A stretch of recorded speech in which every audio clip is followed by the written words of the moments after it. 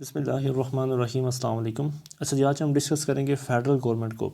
Federal government کو discuss کرنے سے کہ پہلے میں آپ کو بتا دوں کہ فیڈرل گورنمنٹ اور پارلیمنٹری گورنمنٹ جو ہوتی ہیں یہ تقریباً کچھ حد تک سیم ہی ہوتی ہیں، کہ یہ دونوں ڈیموکریٹک گورنمنٹ ہی ہوتی ہیں۔ جس طرح پاکستان میں جو ہے وہ پارلیمنٹری گورنمنٹ ہے اور امریکہ کے اندر جو ہے وہ فیڈرل گورنمنٹ ہے۔ اچھا، سب سے پہلے اس کے انٹروڈکشن کو دیکھتے ہیں۔ انٹروڈکشن میں اگر دیکھیں تو یہ ایک ڈیموکریٹک بیسڈ گورنمنٹ ہوتی ہے جس میں پاور کی جو ڈسٹریبیوشن ہے وہ کہ یقینی طور پر ہوتی ہے، جس میں پاور جو ہے وہ ڈسٹریبیوٹ ہوتی ہے between local government and between central government, کہ پروونشل، لوکل اور سینٹرل گورنمنٹ کے درمیان پاور جو ہوتی ہے وہ ڈیوائڈ ہوئی ہوتی ہے، کہ پاور، رائٹس اور ڈیوٹیز جو ہوتی ہیں ان تینوں گورنمنٹس کے درمیان ڈیوائڈ ہوتے ہیں، اور یہ ڈویژن جو ہوتی ہے یہ کانسٹیٹیوشن جو ہے اس ڈویژن کو کرتا ہے۔ لیکن مینلی طور پر جو سیکیورٹی اور اسٹیبلٹی کے معاملات ہوتے ہیں، ملک کے جو سیکیورٹی اور اسٹیبلٹی کے معاملات ہوتے ہیں وہ سینٹرل گورنمنٹ کے پاس ہی رہتے ہیں۔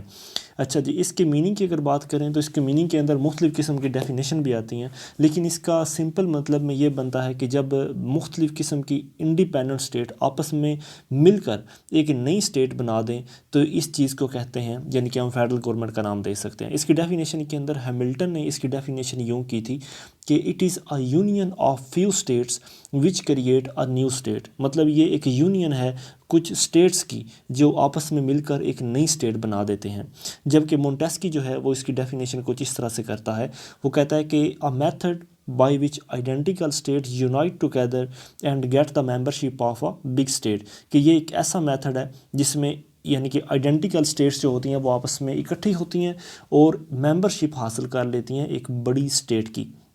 اچھا، جس کے فیچرز کون کون سے ہیں فیڈرل گورنمنٹ کے فیچرز؟ سب سے پہلا یہاں پر فیچر ہے کہ یہاں پر کانسٹیٹیوشن کی سپرمیسی ہے، کہ آئین کی بالادستی ہے۔ آئین جو ہے وہ سب سے بڑا سپریم اور آنریبل لا جو ہے فیڈرل گورنمنٹ کے اندر کنسیڈر کیا جاتا ہے۔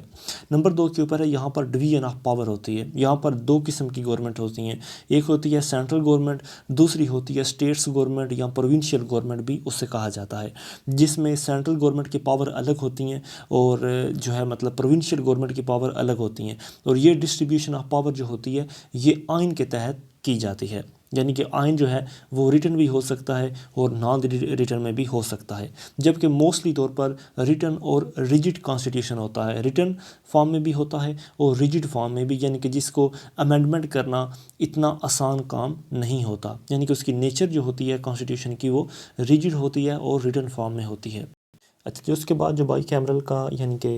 اس کے اندر سسٹم ہوتا ہے by cameral system of legislature, جس کے تحت جو ہے لوور ہاؤس جو ہوتا ہے وہ on the basis of population اور جو اپر ہاؤس ہوتا ہے وہ ہوتا ہے on the basis of equal representation of provinces, یا جن کو ہم یونٹس بھی کہتے ہیں۔ جس طرح پاکستان میں ہے by cameral system, upper house کو ہم کیا کہتے ہیں؟ سینٹ، جس میں جو ریپرزنٹیشن ہے وہ صوبوں کے حساب سے ہوتی ہے، جبکہ لوور ہاؤس کو کہتے ہیں نیشنل اسمبلی، جس میں ریپرزنٹیشن جو ہے وہ پاپولیشن کے حساب سے ہوتی ہے۔ اب بات کرتے ہیں میرٹس آف فیڈرل گورنمنٹ، کہ فیڈرل گورنمنٹ کے فوائد کیا کیا ہوتے ہیں۔ نمبر 1 کے اوپر اس کا فائدہ ہے کہ یہ جو بڑی بڑی اسٹیٹس ہوتی ہیں جیسے انڈیا، امریکہ، پاکستان کی طرح، ان کو کہ یہاں پر یہ کافی زیادہ سوٹیبل کہ ہوتا ہے سوٹیبل فار لارج اسٹیٹس۔ وہ اس لیے ہوتا ہے کہ کیونکہ یہاں پر کافی زیادہ ڈفرینسز اور ڈائیورسٹی جو ہے وہ فاؤنڈ کی جاتی ہے، کہ کلچر جو ہے وہ کافی زیادہ مختلف یہاں پر پایا جاتا ہے، اور ان فیڈریٹنگ یونٹ کی وجہ سے بہت زیادہ جو کنٹریز ہیں وہ آپس میں مل کر اپنی ریجنل پرابلمز جو ہیں ان کو سیٹسفیکٹریلی سالو کر لیتے ہیں، کیونکہ ہر ایک کی جو ریپرزنٹیشن ہوتی ہے وہ ایکولی جو ہے آئین کے مطابق جو ہے وہ ہوتی ہے، لہٰذا یوں بڑی بڑی اسٹیٹس جو ہیں وہ فیڈرل سسٹم کے تحت اپنی پرابلمز کو سالو کرتی ہیں۔ نیکسٹ ہے کہ federation system reduced expenditure, federal system جو ہوتا ہے وہ اپنے ایکسپینڈیچر کو کافی حد تک ڈکریز کر لیتا ہے، وہ اس طرح کیونکہ جو چھوٹی چھوٹی اسٹیٹس ہوتی ہیں وہ آپس میں یونائٹ ہو کر ایک بڑی اسٹیٹ جو ہے وہ بن جاتی ہے۔ مثال کے طور پر اب اگر پاکستان کی ایگزامپل ہے تو پاکستان پورے کا پورا جو ملک ہے اس کی فیڈریشن کو ریپرزینٹ کرنے کے لیے صرف ایک ہی ایمبیسڈر امریکہ میں لگایا گیا ہے، لیکن اگر چاروں صوبے الگ الگ ہوتے تو ان چاروں صوبوں کو اپنے آپ کو ریپرزینٹ کرنے کے لیے اپنا ایمبیسڈر جو ہے اس کو اپوائنٹ کرنا پڑنا تھا امریکہ کی طرف، اور یہ چیز جو ہے یہ ڈیفینیٹلی ایک کاسٹ انکریز کرتی تھی ان چھوٹی چھوٹی اسٹیٹس کے لیے۔ نمبر 3 کے اوپر ہے اسٹرانگ اسٹیٹ،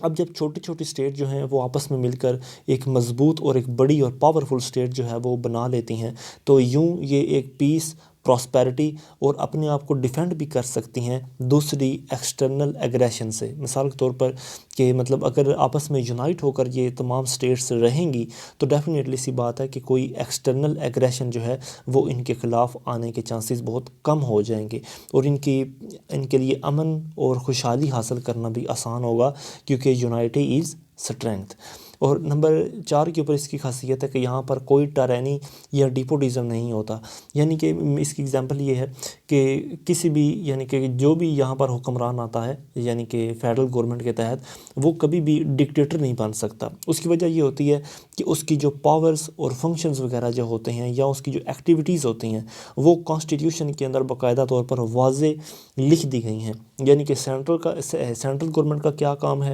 اور پروونشل گورنمنٹ کا کیا کام ہے، یہ آلریڈی کانسٹیٹیوشن کے اندر ڈیسائیڈ کر دیا گیا ہے۔ اور جبکہ تیسری طرف جوڈیشری جو ہوتی ہے وہ انڈیپینڈنٹ ہوتی ہے اور وہ کسی بھی ان لافل ایکٹ کو کانسٹیٹیوشن کے خلاف اس کو یعنی کہ کانسٹیٹیوشن کو پروٹیکٹ کرتی ہے کسی بھی ان لافل ایکٹ کے خلاف۔ لہٰذا جوڈیشری ہو، ایگزیکٹو ہو یا لیجسلیچر ہو، یہ تینوں کی جو پاورز ہوتی ہیں وہ ڈیوائڈ ہوئی ہوتی ہیں کانسٹیٹیوشن میں آلریڈی۔ نیکسٹ نمبر 5 کے اوپر ہے پولیٹیکل انڈرسٹینڈنگ۔ پولیٹیکل انڈرسٹینڈنگ اس لیے کیونکہ یہاں پر لوکل گورنمنٹ یا لوکل پولیٹیکل ایکٹیویٹیز ہیں وہ کافی زیادہ ہوتی ہیں، اسی وجہ سے لوگ جو ہیں وہ اپنی لوکل پولیٹیکل ایکٹیویٹیز میں انٹرسٹ لیتے ہیں اور لوکل لیول کے اوپر اپنی پرابلمز کو ریزالو کرتے ہیں، اسی یعنی کہ پورے سٹرکچر کے تحت جو فیڈرل گورنمنٹ کے اندر پایا جاتا ہے۔ اس کے بعد نمبر 6 کے اوپر ہے اپرچونٹیز فار ایکسپیریمنٹ۔ بہت سارے ایکسپرٹ جو ہیں وہ یہ کہتے ہیں کہ جو فیڈرل سسٹم ہوتا ہے وہ اپرچونٹیز دیتا ہے یعنی کہ کسی بھی قسم کے ایڈمنسٹریٹو اور پولیٹیکل ایکسپیریمنٹ کی۔ مثال کے طور پر اگر کوئی بھی نیا قانون جو ہے وہ بنایا جاتا ہے تو اس کو چھوٹے سے یا لوکل لیول کے اوپر پہلے آزما لیا جاتا ہے، اس کو پریکٹس کر لیا جاتا ہے، اور اگر وہ ایفیکٹو ہو تو اس کو بعد میں پوری یعنی کہ ٹیریٹری کے اوپر لگا دیا جاتا ہے، لیکن اگر وہ ایفیکٹو نہ ہو تو اس قانون کو ہٹا لیا جاتا ہے۔ مطلب کسی بھی قسم کی ایکسپیریمنٹیشن کرنے کے لیے ایڈمنسٹریٹو اور پولیٹیکل ایکسپیریمنٹیشن وہ یہاں پر آسانی سے کی جا سکتی ہے اور اس کا رزلٹ بھی جو ہے وہ معلوم کیا جا سکتا ہے۔ نمبر 7 کے اوپر ہے ورلڈ اسٹیٹ۔ کچھ فلاسفر جو ہیں وہ اس بات کے اوپر بلیو رکھتے ہیں کہ اگر ڈریم آف ورلڈ اسٹیٹ کو ریئلائز کرنا ہے یعنی کہ ایک ورلڈ اسٹیٹ اگر ہم نے بنانا چاہتے ہیں تو ہمیں فیڈریشن کا اصول اپنانا پڑے گا، یعنی کہ فیڈرل گورنمنٹ کے تحت ہی ہم ورلڈ اسٹیٹ کو حقیقی دنیا میں قائم کر سکتے ہیں، اس کے علاوہ نہیں۔ اچھا جی، اب یہاں پر کچھ اس کے ڈی میرٹس کو بھی دیکھ لیتے ہیں۔ فیڈرل گورنمنٹ کے ڈی میرٹس کیا ہیں؟ نمبر 1 کے اوپر جو فیڈرل گورنمنٹ کا ڈی میرٹ ہے وہ ہے کہ اس کا کمپلیکیٹڈ سسٹم اس طرح کہ یہاں پر 2 قسم کی گورنمنٹ ہوتی ہے، ایک ہوتا ہے یعنی کہ فیڈرل گورنمنٹ اور ایک ہوتی ہے پروونشل گورنمنٹ، اور لہٰذا اس 2 قسم کی گورنمنٹ کا سٹرکچر جو ہے وہ ایک عام آدمی کو سمجھنا کافی زیادہ اس کے لیے مشکل ہوتا ہے، لہٰذا اس کو سمجھنے کے لیے بہت زیادہ انڈرسٹینڈنگ، نالج اور پولیٹیکل اسٹیمنا جو ہے وہ چاہیے ہوتا ہے تاکہ فیڈرل سسٹم کو پہلے سمجھا جا سکے۔ پھر نمبر 2 کے اوپر ہے کہ یہ بہت زیادہ ریجڈ کانسٹیٹیوشن اس کا ہوتا ہے، لہٰذا ریجڈ کانسٹیٹیوشن ہونے کی وجہ سے اس کے اندر جو اڈیپٹیبلٹی کا عنصر ہے وہ بہت کم چانسز میں آتا ہے، کیونکہ جو ایولیوشنری چینجز یا وقت کے ساتھ ساتھ جو تبدیلیاں چاہیے ہوتی ہیں اگر ہم آئین کے اندر لانا چاہیں تو ان کو لانے کے لیے ایک ریجڈ کانسٹیٹیوشن کا سامنا جو ہے وہ کرنا پڑتا ہے، اور اس ریجڈ اور ان الاسٹک اور کنزرویٹو کانسٹیٹیوشن کے ہونے کی وجہ سے بہت سارے جو اہم مسائل جو ہوتے ہیں ان کے اندر امینڈمنٹ کرنا ایک مشکل کام تصور کیا جاتا ہے۔ نمبر 3 کے اوپر ہے danger of suppression. Danger of suppression اس طرح کیونکہ جو بڑی بڑی اسٹیٹس ہوتی ہیں ظاہری سی بات ہے کہ وہاں پر جو کمپلیکسٹی ہے وہ زیادہ ہوتی ہے، کیونکہ وہاں پر ایک سے زیادہ کلچر، ایک سے زیادہ زبانیں اور ایک سے زیادہ ریلیجن جو ہے وہ پریویل کر رہے ہوتے ہیں، لہٰذا وہاں پر ڈس انٹیگریشن کا جو رسک ہے وہ کافی زیادہ مطلب دیکھنے میں آ سکتا ہے۔ اس کی وجہ یہ ہوتی ہے کہ سینٹرل گورنمنٹ جو ہوتی ہے وہ اپنی پاور شو کرواتی ہے اور جو یونٹس ہوتے ہیں وہ اپنی پاور شو کروانا چاہتے ہیں، جس کی وجہ سے ان دونوں میں ڈفرینسز اور کانفلکٹس جو ہیں وہ کریٹ ہو جاتے ہیں یونٹس کے درمیان ہی۔ پھر ہے extraordinary expenditure. Extraordinary expenditure اس طرح کہ لوگوں کو ڈبل گورنمنٹ ہونے کی وجہ سے 2 مرتبہ ٹیکس جو ہے وہ پے کرنا پڑتا ہے، یعنی کہ ایک بار سینٹر کو اور دوسری بار پروونسز کو ٹیکس جو ہے وہ پے کرنا پڑتا ہے. اور ساتھ ہی ساتھ جو جوڈیشری ہے یا ایگزیکٹو ہے یا جو لیجسلیچر ہے، یعنی کہ صوبوں کی بھی اور سینٹر کی بھی، ان دونوں کے اخراجات جو ہیں وہ الگ الگ لوگوں کو برداشت کرنے پڑتے ہیں. جس کی مثال ہے امریکہ. امریکہ کے اندر 52 اسٹیٹ ہیں، یعنی کہ 52 اس کی ریاستیں ہیں اس کے فیڈرل سسٹم کے اندر. لہٰذا لوگوں کو ان 52 لیجسلیچر کے اخراجات کو برداشت کرنا پڑتا ہے. نمبر 5 کے اوپر ہے، یہ ایک ویک گورنمنٹ ہوتی ہے. ویک گورنمنٹ یعنی کہ جب کہ دوسری طرف جو یونیٹری گورنمنٹ ہوتی ہیں وہاں پر سینٹر چونکہ سٹرانگ ہوتا ہے، لہٰذا وہاں پر تو چیز یعنی کہ وہ تو مضبوط گورنمنٹ ہوتی ہے، لیکن فیڈرل گورنمنٹ جو ہے وہ تھوڑی ویک ہوتی ہے. وہ اس وجہ سے کیونکہ وہاں پر جو ہے مطلب ڈویژن جو ہے وہ پاور کی ڈویژن وہ ہوئی ہوتی ہے، جس کی وجہ سے وہ انٹرنلی اور ایکسٹرنلی طور پر کسی بھی قسم کی اسٹیبل پالیسی کو اڈاپٹ صحیح طرح سے نہیں کر پاتے، کیونکہ سینٹرل گورنمنٹ کی اپنی پاورز ہیں، پروونشل گورنمنٹ کی اپنی پاورز ہیں، اور اگر دونوں کے درمیان لیشز وغیرہ ہو جائیں تو یہ چیز کافی زیادہ تمام پالیسیز کے لیے جو کہ لانگ ٹرم پالیسیز ہوتی ہیں ان کی اسٹیبلٹی میں ہرڈل پیدا ہو سکتی ہے. نیکسٹ ہے کہ فیڈرل سسٹم جو ہوتا ہے وہ کنفیوژن اور کیاس پیدا کرتا ہے اٹانومی کے اوپر، کیونکہ بعض اوقات سلوگن ریز ہوتے ہیں کہ سینٹر کو سٹرانگ ہونا چاہیے، اور بعض اوقات سلوگنس یعنی کہ آتے ہیں کہ پروونسز جو ہیں ان کو اٹانمس ہونا چاہیے. یعنی کہ کئی جگہ پر اس بات کا نعرہ لگایا جاتا ہے کہ سینٹرل گورنمنٹ مضبوط ہو، کئی جگہ پر اس بات کا نعرہ لگایا جاتا ہے کہ جو صوبے ہیں ان کو زیادہ سے زیادہ اٹانمس پاور دی جائے. لہٰذا یہ چیز جو ہے یہ کیاس پیدا کرتی ہے، کنفیوژن پیدا کرتی ہے، ڈسٹربنس اور ہائپوکریسی کی وجہ بنتی ہے. نمبر 7 کے اوپر ہے کہ ڈکٹیٹوریل ایٹیچیوڈ آف جوڈیشری. اب جب سینٹرل گورنمنٹ یعنی کہ فیڈرل گورنمنٹ کے اندر جو جوڈیشری ہوتی ہے اس کو کہا جاتا ہے کہ یہ گارڈین ہے، سپریم گارڈین آف کانسٹیٹیوشن ہے. لہٰذا فیڈرل گورنمنٹ کے اندر جوڈیشری جو ہے اس کے پاس پاور زیادہ ہونے کی وجہ سے وہ ایک ڈکٹیٹر کا ایٹیچیوڈ اپنا لیتی ہے. اس کے لحاظ سے وہ کسی بھی قسم کے کانسٹیٹیوشن کو ریپیل کر سکتی ہے جو کہ لیجسلیچر سے پاس ہوتا ہے، چاہے وہ سینٹر کا لیجسلیچر ہو چاہے وہ پروونشل لیجسلیچر ہو، اور وہ کسی بھی لا کو انکانسٹیٹیوشنل ڈکلیئر کر کے وہ جو اپنے آپ کو ہے supreme guardian of constitution declare کر دیتی ہے. لہٰذا یہ ایٹیچیوڈ جو جوڈیشری کا یہ بھی عموماً فیڈرل گورنمنٹ میں دیکھنے میں آتا ہے. اچھا جی، اسی ویڈیو کے اندر ہی ہم نے دوسرا ٹاپک بھی ڈسکس کرنا ہے، اور یہ دوسری ایک اور گورنمنٹ فارم آف گورنمنٹ کو ہم نے ڈسکس کرنا ہے. یہ کہتے ہیں اس کو ٹوٹلیٹیرین یا اتھارٹیرینزم، یعنی کہ دونوں ناموں سے اس کو یاد کیا جاتا ہے. اس کے اگر انٹروڈکشن کو دیکھیں تو ایک ٹوٹلیٹیرین گورنمنٹ جو ہوتی ہے وہ صرف اور صرف اکانومک یا پولیٹیکل ایکٹیویٹیز کو ہی کنٹرول نہیں کرتی، بلکہ وہ لوگوں کے ایٹیچیوڈ، ان کے ویلیوز، ان کے بلیوز کو بھی کنٹرول کرتی ہے، تاکہ کسی بھی قسم کے جو یعنی کہ لوگوں کے درمیان ڈسٹنکشن ہے یا کسی بھی قسم کی جو سوسائٹی اور اسٹیٹ کے درمیان ڈسٹنکشن ہے اس کو ریموو کیا جا سکے. لہٰذا ٹوٹلیٹیرین جو گورنمنٹ ہوتی ہے اس کا گول جو ہوتا ہے وہ کچھ اس طرح سے ہوتا ہے کہ جتنی بھی یعنی کہ ماڈرن آٹوکریٹک گورنمنٹ جو ہوتی ہیں، یعنی کہ ٹوٹلیٹیرین گورنمنٹ کے تحت جو ماڈرن آٹوکریٹک گورنمنٹ ہوتی ہیں ان کا گول یہ ہوتا ہے کہ وہ ایگزسٹنگ سوسائٹی کو ایک نئی سوسائٹی کے ساتھ ریپلیس کر دیں، جس کے تحت یعنی کہ اس نئی سوسائٹی کے اندر وہ تمام قسم کے پبلک اور پرائیویٹ سیکٹر کو اپنے ہاتھوں میں کنٹرول بھی کریں. لہٰذا یہاں پر جو ہے مطلب لوگوں کی آئیڈیالوجی، لوگوں کا بلیف، ریلیجن اور ایون کہ مطلب ان کی سوچوں تک کو بھی جو ہے وہ بدل دیا جاتا ہے with the ideology of state یا with the ideology of dictator.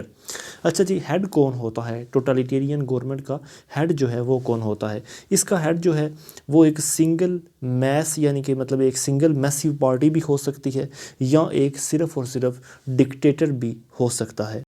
اور یہ پارٹی یا ڈکٹیٹر یہ لوگوں کو اس بات کے اوپر فورس بھی کر سکتا ہے کہ وہ اسٹیٹ کی آفیشیل آئیڈیالوجی کو فالو کریں، اور ساتھ ہی ساتھ وہ اپنے کسی بھی قسم کے اپوننٹ کو جو اس کے یعنی کہ اسٹیٹ کے گولز کے ساتھ کوآپریٹ نہیں کرتا وہ اس کو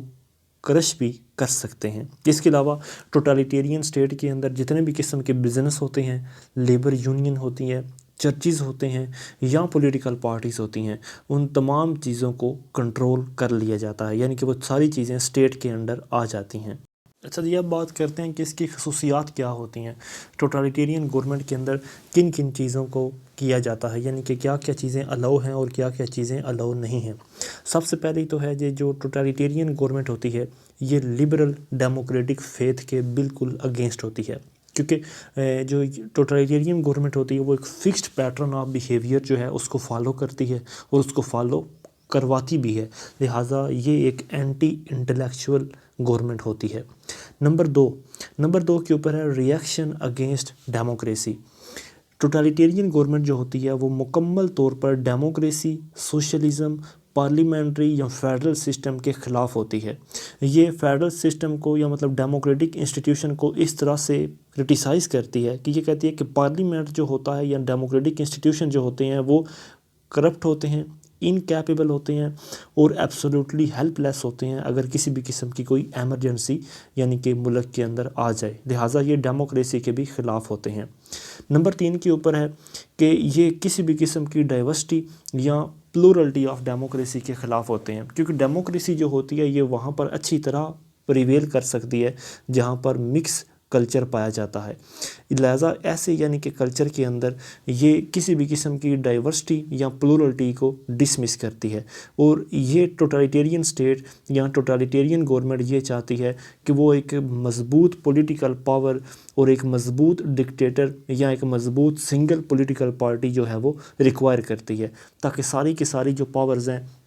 وہ صرف ایک ہی ہاتھ میں رہیں اور کسی بھی قسم کی ڈائیورسٹی نہ ہو۔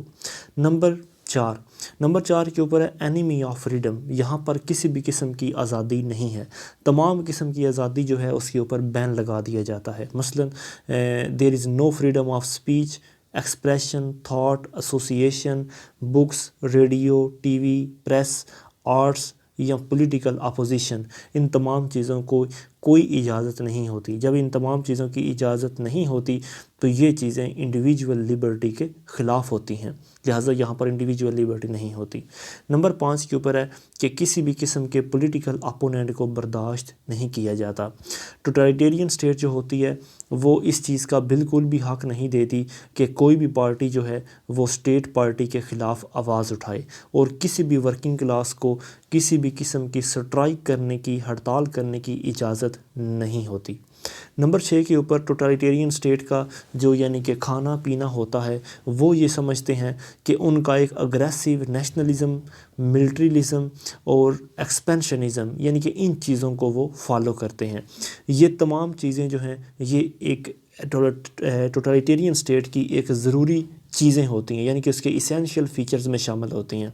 مثال کے طور پر ہٹلر اور میسولینی جیسے لوگ جنہوں نے یعنی کہ مختلف قسم کے متھ کو پروموٹ کر کے لوگوں کی ساری کی ساری جو ان کی سوسائٹی کی کلاسز ہیں اس کی سپورٹ کو انہوں نے حاصل کیا۔ مثلا سب سے پہلے ہٹلر کی بات کرتے ہیں تو ہٹلر نے اپنے لوگوں کے درمیان ریسزم کی ایک متھ جو ہے وہ پیدا کی تھی۔ اس نے جرمن لوگوں کو اپنی تقریروں میں یہ بتایا کہ جرمن جو ہیں وہ دراصل حقیقی آرینز ہیں اور وہ ایک نوبل بلڈڈ لوگ ہیں، یعنی کہ ان کا جو خون ہے وہ ایک پاک خون ہے اور وہ یعنی کہ بادشاہ بننے کے لیے پیدا ہوئے ہیں، یعنی کہ دوسرے لوگوں کے اوپر جو ان کے انفیریئر ہیں ان کے اوپر حکومت کرنے کے لیے پیدا ہوئے ہیں، لہٰذا اس نے اس چیز کو لوگوں کے یعنی کہ جذبات کے ساتھ اس نے کھیلا اور یوں اس نے ورلڈ وار 2 جو ہے وہ شروع کی، اور ورلڈ وار 1 کے اندر بھی یعنی کہ یہ بھی یعنی کہ جرمنی بھی کافی زیادہ ورلڈ وار 1 میں بھی نقصان اٹھایا۔ پھر ہے مسولینی جو ہے اس کا تعلق اٹلی سے تھا اور اس نے فاشسٹ پارٹی بنائی تھی۔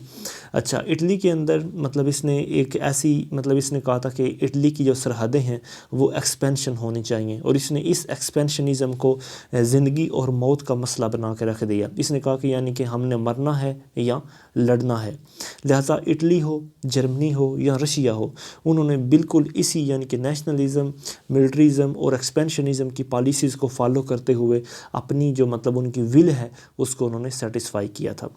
پھر نمبر 7 کے اوپر آتا ہے کہ یہ جو ٹوٹالیٹیرین سٹیٹ ہوتی ہے یہ جنگ کو ڈیولپمنٹ کے لیے یا دوسری کوالٹیز کے لیے بہت زیادہ ضروری سمجھتی ہے۔ یہ کہتے ہیں کہ جنگ جو ہے وہ ایک ان اوائڈیبل چیز ہے، یعنی کہ اس کو نہیں روکا جا سکتا۔ یہ کہتے تھے کہ جنگ جو ہے وہ ایک فائنل آربیٹر ہوتی ہے اچھے اور برے کے درمیان، سپیریئر اور انفیریئر کے درمیان،